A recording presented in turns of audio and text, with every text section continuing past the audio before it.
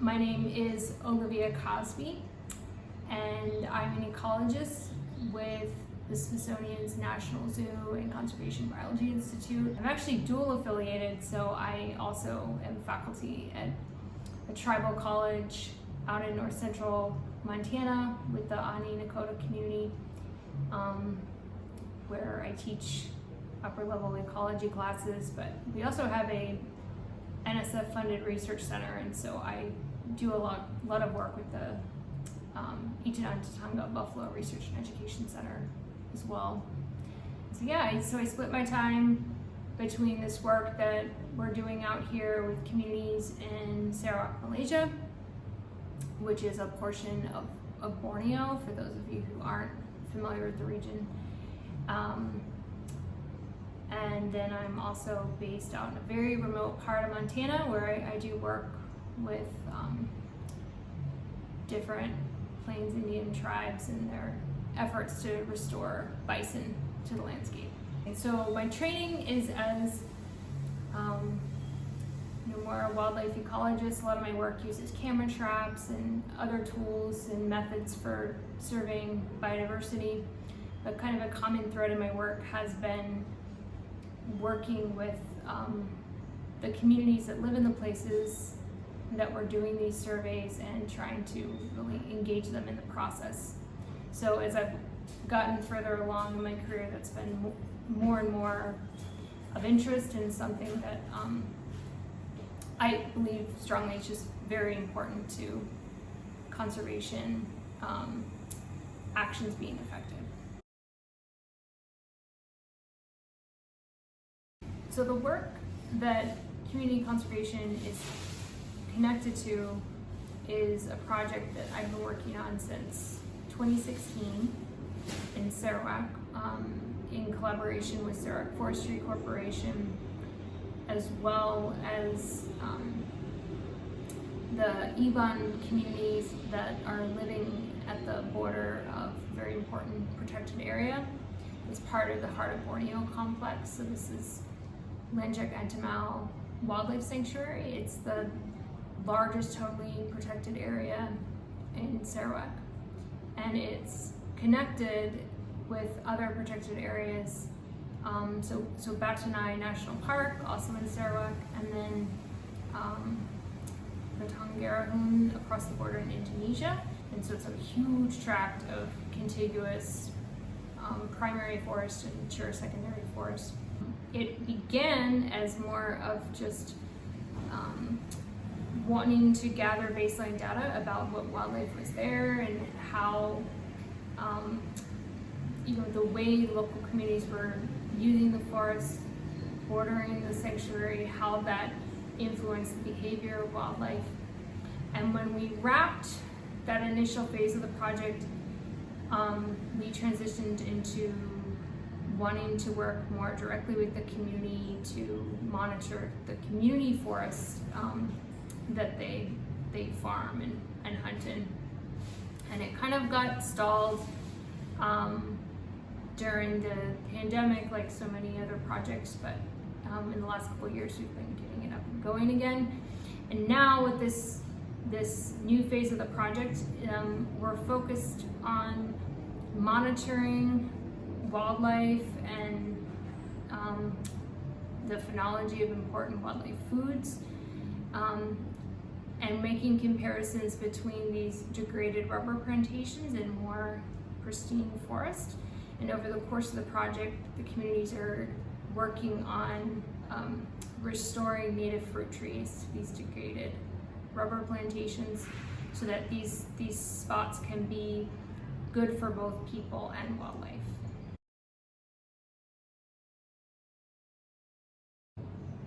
One, I think just,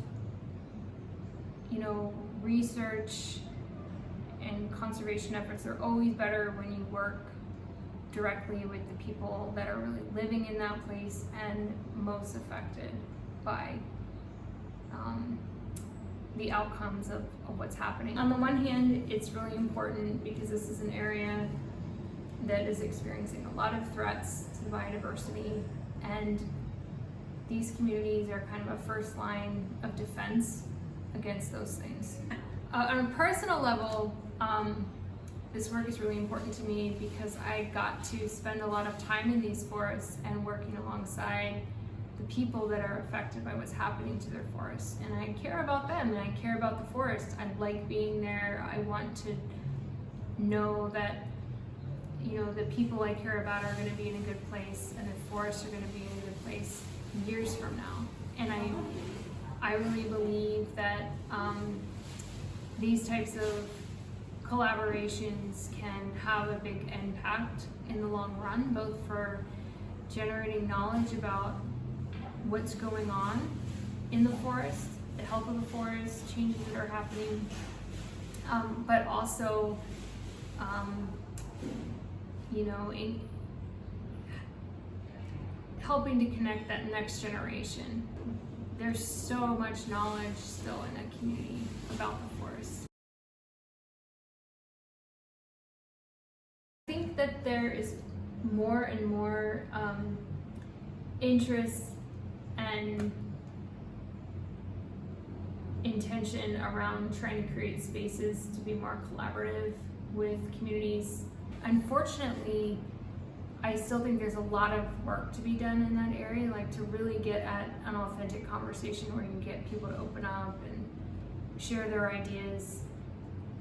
I don't think there is enough of that happening, and I also think that when you go into a space where more often than not people are waiting to be told what to do or what to be concerned about or what's important, they're, you know, less likely to really tell you what they think, what are their questions, what do they want to have be a priority, or and so I think that what has been really nice about working with community conservation is that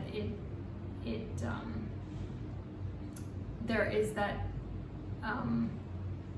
intention and that curiosity to like really get at that in the community, and it just creates a different dynamic when you're having a conversation and working together. Just seeing how many people that we've been working with in the community have taken ownership for different aspects of the project, and it's slow going. Like it's certainly not every single person you're working with, but there are those individuals out there that get really excited about the work and want to learn more and have great ideas, and it just, again, it changes the dynamic of the work. And so anytime I see that, I get really excited. I'm glad that we've been able to keep going back all these years, and that makes me hopeful for what we could do in the years to come. The people we've worked closest with, so I'm thinking of two individuals that started out as field assistants for the project, recruited from the community by Sarawak Forestry, and just seeing how they've grown and the passion they have for the work, and how much they've learned and are teaching me about what's happening not just in their forest but across the region of Sarawak, now that they are employed by Sarawak Forestry and moving all around the region.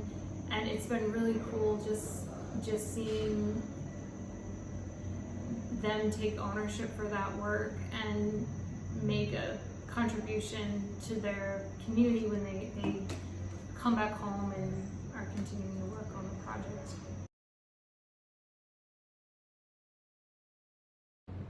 It's a logistically challenging place, and there are always a lot of uncertainties in terms of what personal decisions individuals are going to need, you know, based on changes happening in their families or their economic situation or what have you. And people are really busy, and what's happening in their forests is really important to them, but there's also all kinds of other things that are important to people. I think the biggest challenge is that there's just so many things that are outside of our control in terms of pressures that are put on the forest outside of the community and the repercussions of that. Because so many more and more young people are leaving, I really worry about what happens when, a longhouse becomes empty and those forests don't have people moving through them and keeping an eye on what's going on. Because history has shown us that when they aren't there, it makes those places more vulnerable to illegal logging and other types of encroachment for trafficking wildlife. And so I really do worry about understandably, like a lot of young people, they want a different sort of life, they want to leave. So there are things that are outside of our control, and only time will tell what happens with that. It is such a logistically challenging place, and there is still just so much work to be done to get baseline information about what wildlife is there, what plants are there, the seasonality of different processes, how species are responding to climate change, to land use changes. There's just so much work to do. And there's not enough people, there's not enough time, and that's where I really think that collaborations with local communities that are living, bordering protected areas, that are still living in some of the most remote locations and areas where you still have a lot of pristine habitat, but also in areas that aren't pristine habitat. Wildlife use those places too. And it's not just about wildlife, but that's often what I think about. So I think efforts to build a wider network of partnerships with local communities are really important. And I think also being a little bit more strategic about how we do trainings and how we distribute information, the products that come from research, so it's more accessible to people outside of the scientific community is really important.